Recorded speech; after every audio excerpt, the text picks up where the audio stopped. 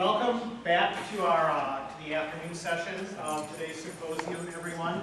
And we're going to kick off by having a series of short conversations. And our first two conversants, I guess that's a word, right? Are Jason Roblando. Jason is an artist and photographer based in Chicago and Bloomington Normal, who teaches photography at Illinois State. Jason received an MFA in photography from Columbia College and a BA in sociology from Boston University. He's a recipient of a Follett Fellowship from Columbia College, a Community Arts Assistant Program grant from the City of Chicago, Department of Cultural Affairs, and an Artist Fellowship Award from the Illinois Arts Council. He's also produced radio stories for 848 on Chicago Public Radio. His photographs are included in the collections of the Milwaukee Art Museum, the Midwest Photographers Project at the Museum of Contemporary Photography, and the Philadelphia Museum of Art. He will be conversing with Greg Harris, the assistant curator at the DePaul Art Museum, where we all are now. Greg has curated the exhibition Studio Malik, Portraits from Mali, and the current exhibition downstairs, We Shall, Photographs by Paul D'Amato, and for which he also wrote the accompanying catalog text.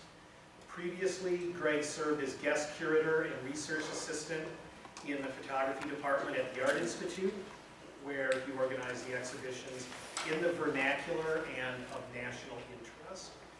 Greg holds a BFA in photography from Columbia College and an MA in art history from the School of the Art Institute. We wanted to have Jason's work in the exhibition for numerous reasons. It fits so well with the ideas we were trying to put in the show.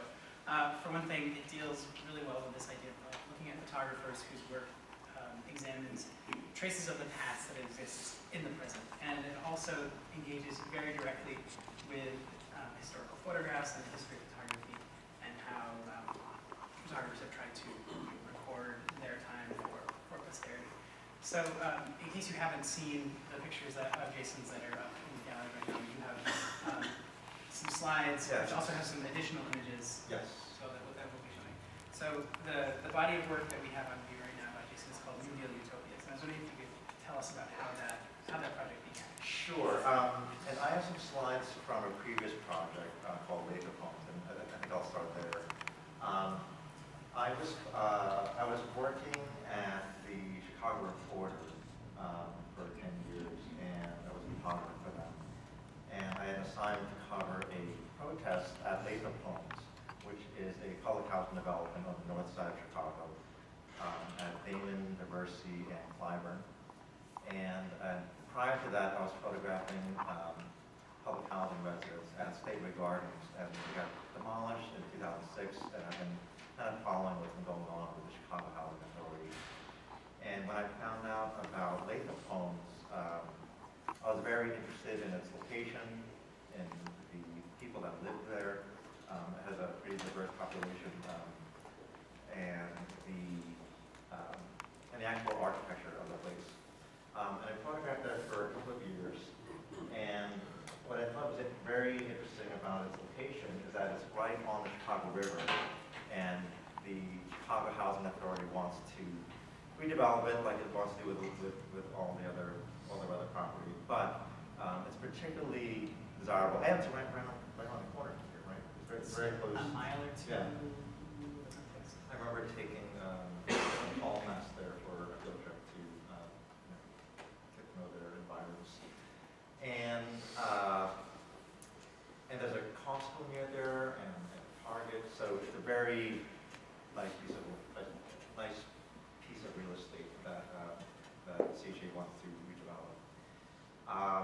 But there are lots of residents there that still want to live there, and it's a architecturally significant place. And it's atypical public housing stock.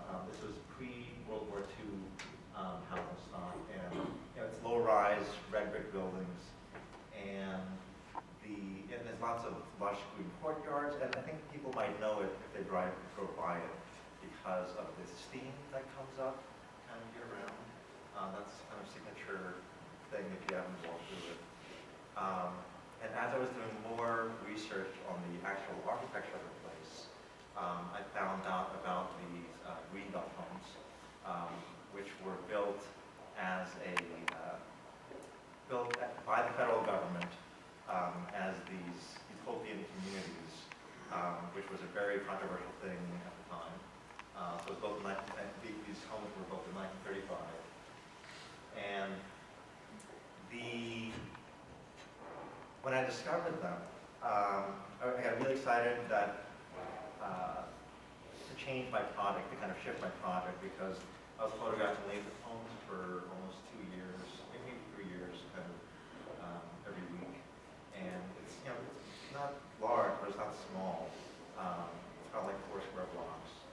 And my first trip to Greenbelt, Maryland, which is outside of Washington, D.C., I felt like a really big breath of fresh air conceptually, kind of zooming out conceptually and zooming out geographically. And a lot of my big homes work was very corporate-based. And when I started getting interested in the architecture, I started to photograph the architecture of these Greenbelt homes.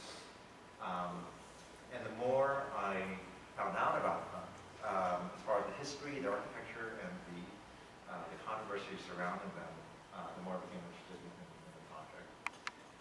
And this will be a conversation, which is I'm super stoked about this.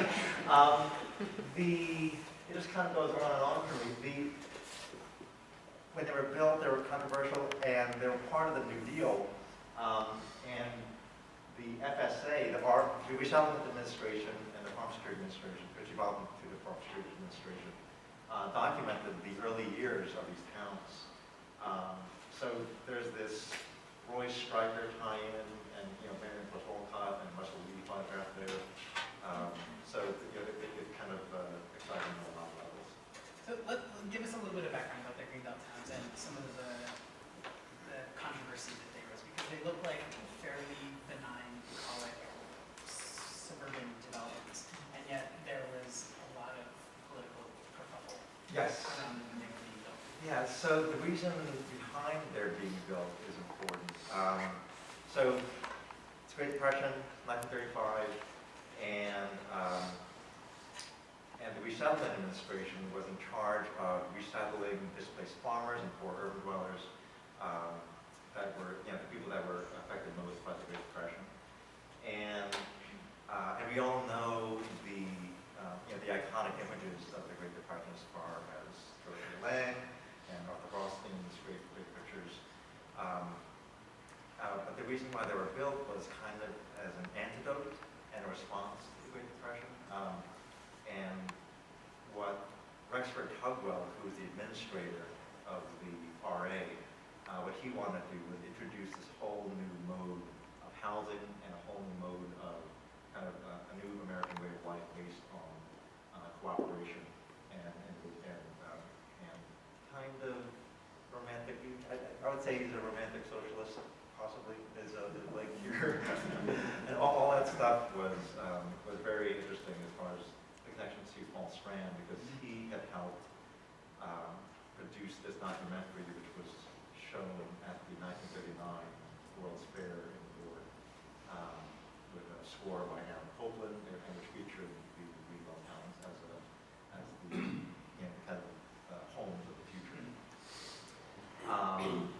But Rexford Tugwell's politics were very far left. That he was one of FDR's brain trusters, was his right hand man. I bet he would be compared to David Axelrod or Carl Rove, that person. And he, so people were calling him Rex the Red because he was, interested in socialism and utopia. And I got this off eBay.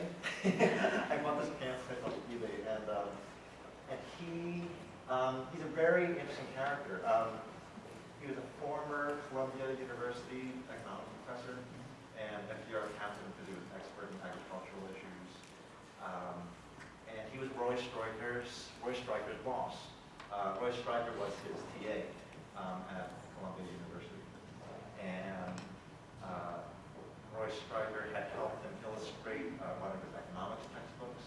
And then when Tugwell became the Undersecretary of Agriculture, he asked Stryker to come down and help him start the information section, the historical division of the information section of the Shelton administration, which was the start of the FSA document refinement.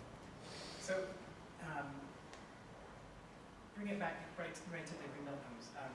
Given Tugwell's awareness of our images, their use potentially as propaganda, but their ability to sell New Deal programs and to kind of embody the ideologies and the ambitions. Do you think the Greenbelt homes, were they designed with image making in mind? Were they designed to be photographs, or to kind of show off what could be done if we stick to these ideals? Do you think that was I think part? she was very aware of both. I think both Tugwell and Stryker were very aware of the power of influence. Stryker obviously, and I think that the scenes that they depicted, both in the construction and afterwards, were very bucolic and idyllic. And I actually have some other images. This little mock-up that. There's 1,100 pictures of the Greenbelt project.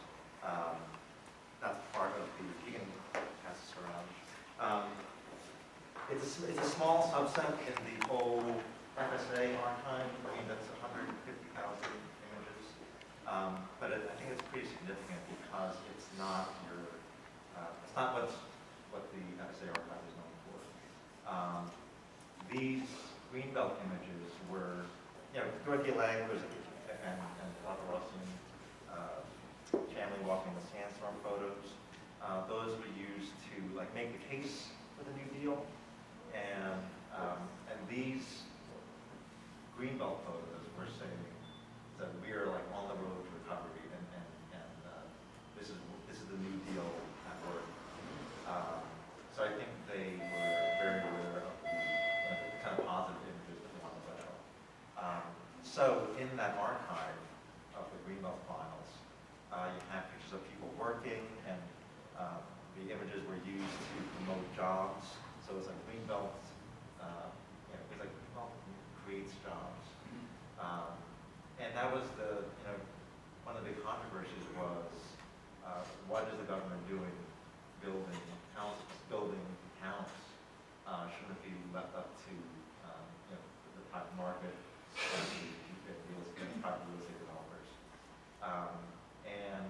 There's a lot of parallels with what's happening now with healthcare reform and the accusation of socialism and communism, and the rhetoric is very, very eerily similar as far. And not that I don't blame people for protecting their interests, but it is funny as they go back to the future moment. And I thought it was going to be over. Last few weeks with the government shutdown, it's like the same type of thing with people railing against these public health programs. That kind of segues nicely into the next question I was going to ask about why are you interested in photographing the Greenbelt times now? I mean, I think we talked a little bit about the role of government, but also thinking, looking at some of the work that you've done in Chicago, and then also, the Paul D'Amato exhibition in Science. There's a lot of activity and a lot of really drastic change going on in public housing policy, particularly in Chicago. So, the ideals that are evident in the design of some of these towns seem to have faded away from the people who are making policy. So just wondering, why do you want to make these pictures now? Why are they relevant now? When they have meaning for us today?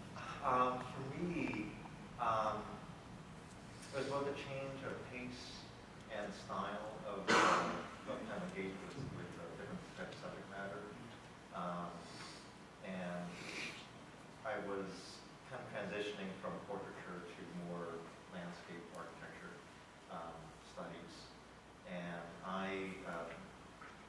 and also the color palette. I mean, Lathrop Homes, there's a lot of red brick, there's like red brick like every week, red brick. And this is like totally, lots of green, green.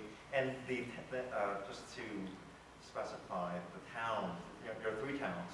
Greenbelt, Maryland, located outside of Washington. Green Hills, Ohio, located outside of Cincinnati. And Greendale, Wisconsin, outside of Milwaukee. And those are the only 3 towns that got it. There's a 4th one planned for Greenbrook, New Jersey. But it got stopped because of a lawsuit. The town didn't want it. It's kind of outdoors. Like, we don't want this quasi-public housing. We don't want poor people living in our midst. And I think the reason why I think I wanted to make them now, I started them in 2009 as kind of this evolution from the Lathrop Homes. But for me, they have particular relevance. When I would be walking around in these towns with my cameras and stuff, people would notice me and they would think I was an architect or an urban planner. Because there are lots of people who are interested in these towns. And it feels like, they would tell me that they're like this best kept secret in America. Like no one knows about them except for like urban planners. And people haven't come to them for, since they've been created as far as this garden city model. And people are interested in new urbanism and walkable cities. And they got it right, I think. I mean, it's not perfect, but I think that to revisit these ideas that were implemented, and they were made concrete in the 30s, and then you have like the dystopic mess of the modernist high-rises of the 50s and 60s. I think there's lots of lessons to be learned with both models. And that's not saying that architecture is the answer, but the way it's managed and the way people are invested in it, both residents and the system, I think is a very important lesson to kind of use. There's also some controversy in who got to live in the new buildings too. So who ended up occupying this housing density? And then to follow up to that, what are the types of them? How would you characterize them demographically now? Yeah, they were built specifically for, as I said before, like displaced farmers and poor urban dwellers, but there was a very tight selection system about who got in. So they wanted to control, there were income requirements, which is, you could be too poor, you could be too rich.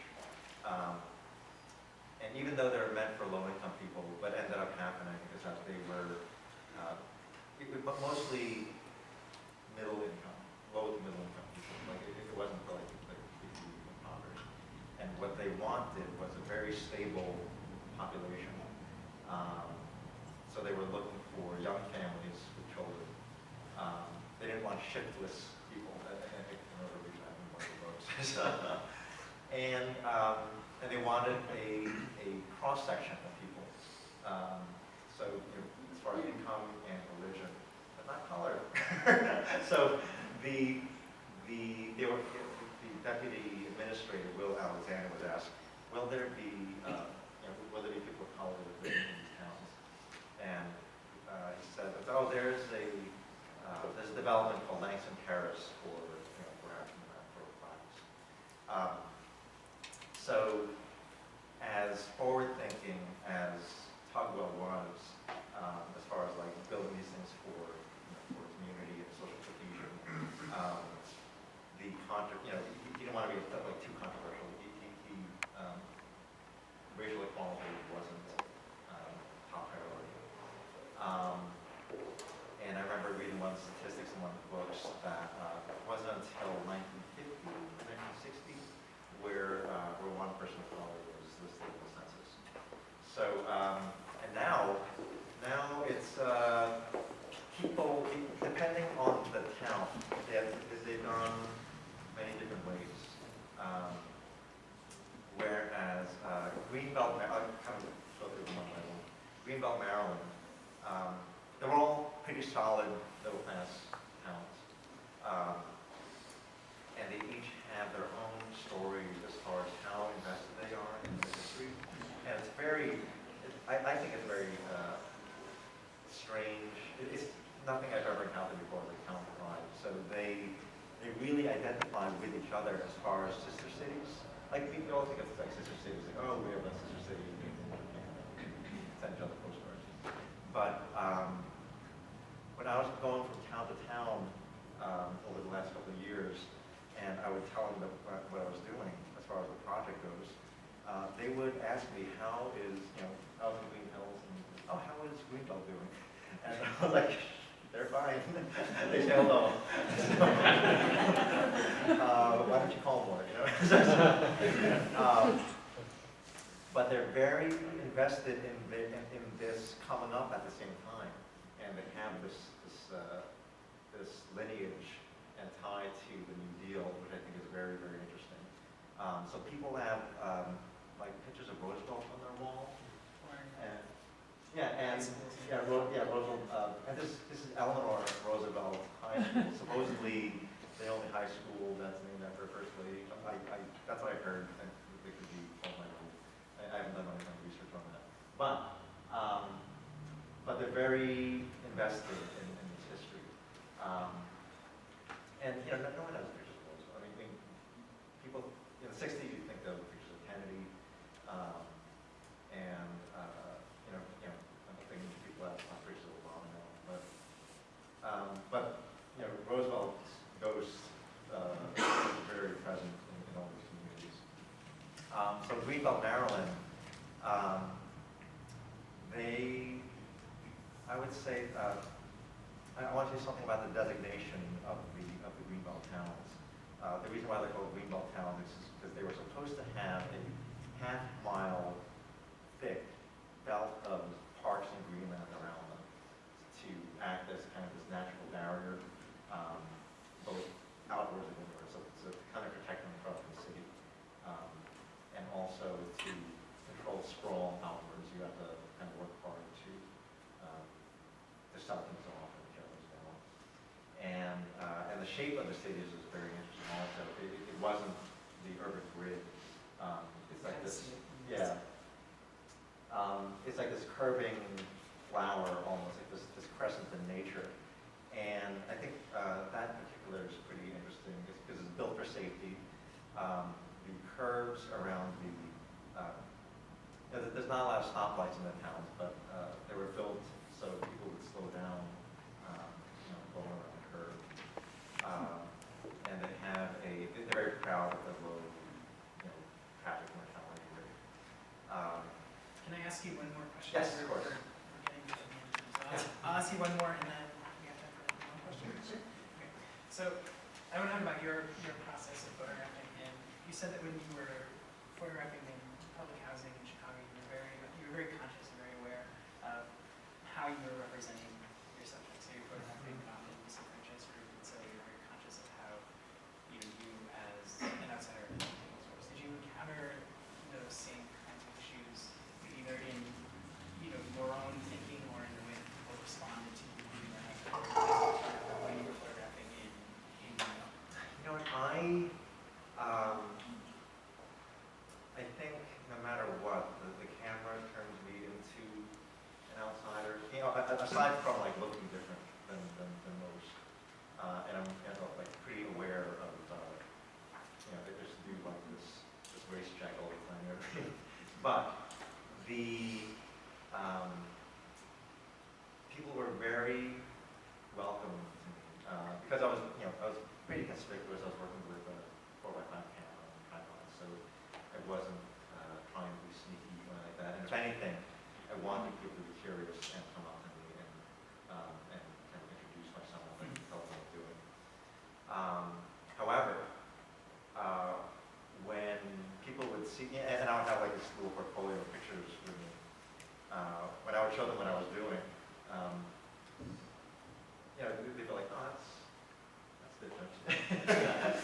They'll be kind of like showing my parents or something like that. And people would say, where are all the people? And I would say that I was very interested in architecture and social spaces and thinking about the town as if they were new, as if they were pristine, and they are pretty pristine. And the thing is, when you go there, it's like it is like a lot of suburbs. It's all the things why people move to suburbs.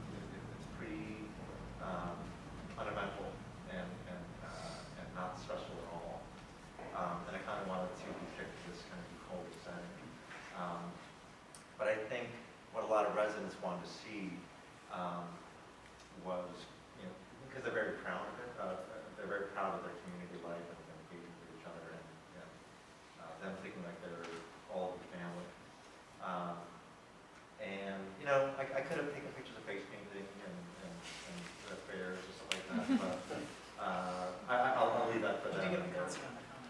Yes, and then, the concert on the common, I mean, I kind of really like this photo. I mean, it is, it's very New England, as far as this. It looks like a time, right? Yeah, like a Boston Common, as far as like this real social space where either people can air their grievances or something like that, or enjoy a nice summer concert. But what I thought was interesting about this scene is the foliage and this rubbing up of modernity and history together, and also this aging population. And I think I'll say just one more thing about so this is Greendale, Wisconsin. People love it there so much that they'll just hand over their houses to their children, and children will come back. So there's not a lot of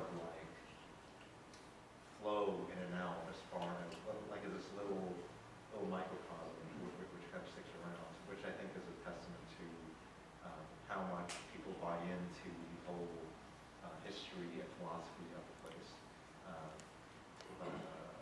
And I'm a big fan of it. If I could live there, I would. Rexford Togwell retired there after he was, I think he was like governor of Puerto Rico or whatever, and then he retired and moved back to different establishments. So he was living the dream. One quick note, if you ever have a chance to look this up, Jason had a portfolio in the New York Times Lens blog not too long ago. Read the comments. I mean, these are pictures that I think would not push anyone's buttons. And there's a few curmudgeonly people in there like, totally misrepresenting our hometowns, and there's like these people that are so up in arms. It's kind of funny. And that's the power of photography. Right. Ruffle people's heads. Does anyone have a question for Jason? I do. I know you don't have much time. This is a cooperative model, then. I'm sorry. It was a cooperative model of Yes. ownership. How did that work? Did they actually end up owning their houses or what? In the 50s, from the time it opened, they opened in 37, 38, it was run cooperatively. So, if your neighbor's house needed repair, like it all came out of this common pot. And I don't know exactly how co-ops are run. My analogy is a condo, like the roof needs fixing, they'll do it. But eventually in the 50s, they were turned over from the government to, they were able to buy their own houses. And the historic core of Greenbelt, Maryland, is still run on the co-op model. So it's kind of spread outwards a bit, but the historic houses are still part of that lineage, that cooperative lineage. So just another question then. Were there limits on how many houses they could add to the community?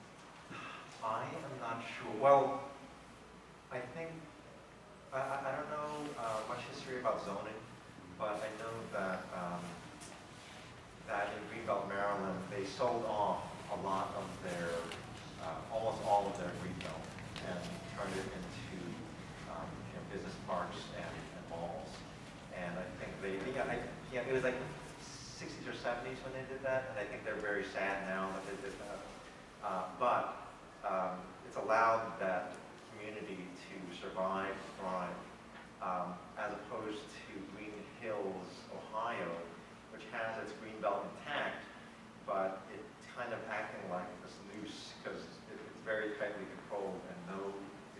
businesses can come in, and it's very protected. So that town is kind of having a rough patch.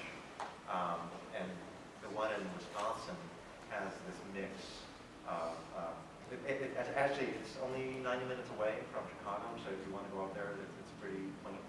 And there are tour buses that get off there. I don't know if it's like the rest of history as much as this publication called like Farm.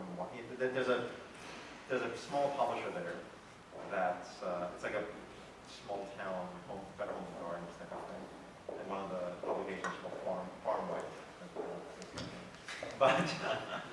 But they went through a rough patch in the 80s, and they luckily had this very wealthy benefactor that was very invested in the town, and he put a lot of money into the town center, and now it's very quaint and boutique, and you feel like they have a good mix of development and redevelopment. I think there's a stop. Thank you. Thanks.